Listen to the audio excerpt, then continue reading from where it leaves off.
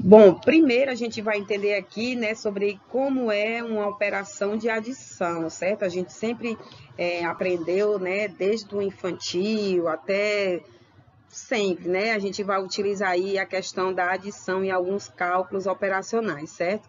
A gente está vendo aqui o exemplo de um cálculo de adição, onde ele envolve três parcelas, né? Que nós sabemos que o nome dos termos, né? Da adição é parcela, parcela, soma ou total, certo?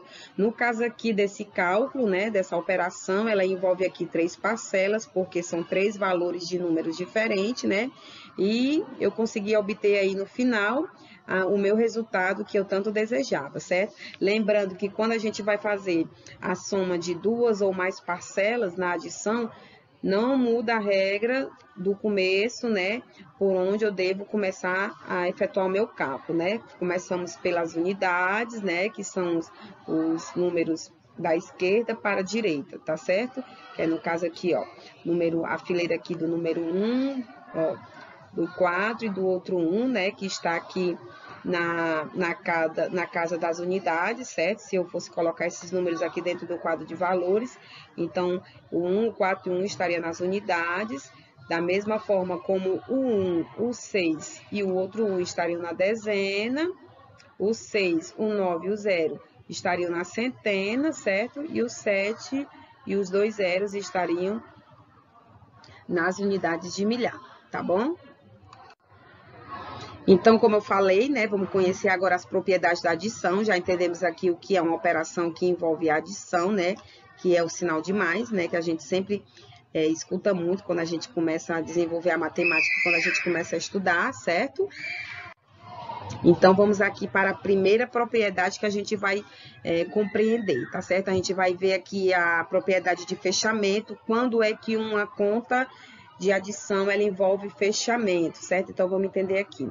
A soma de dois números naturais é sempre um número natural, ou seja, quando uma conta ela é de fechamento, não importa quais são os números naturais que eu vou executar o meu cálculo. O seu resultado sempre também será de um número natural, que é o exemplo aqui que nós temos do 8 mais 6, né, que dá igual a 14, e 15 mais 7, que dá igual a 22. Então, essas duas operações, elas são de números naturais, certo?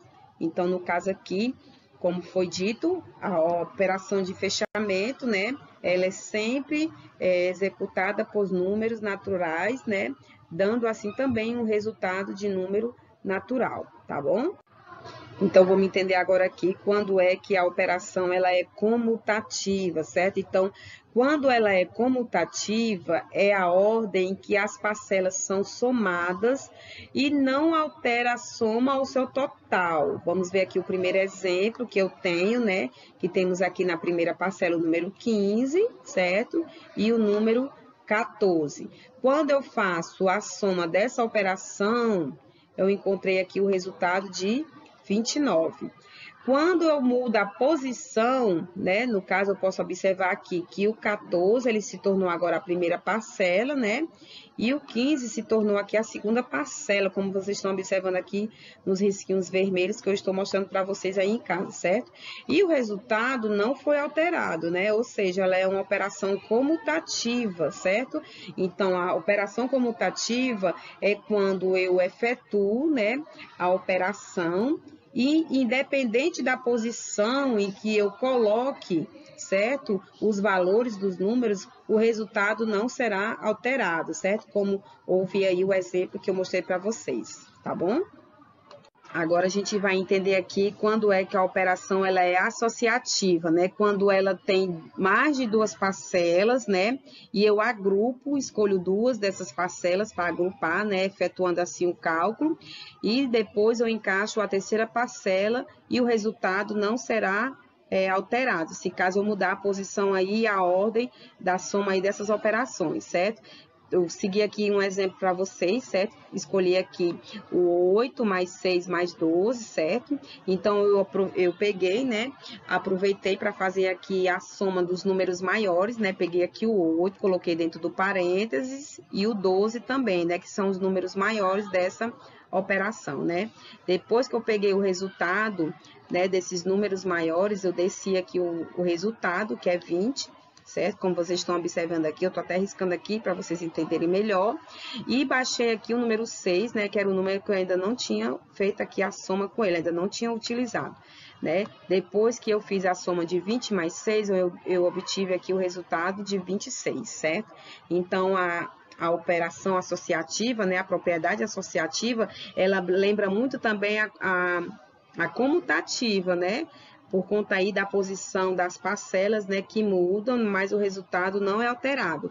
A diferença da comutativa para a associativa é porque a associativa ela já envolve mais de duas parcelas, né, como é aqui o exemplo, né, que tem aqui 3 parcelas ou até mais de 3 parcelas, certo?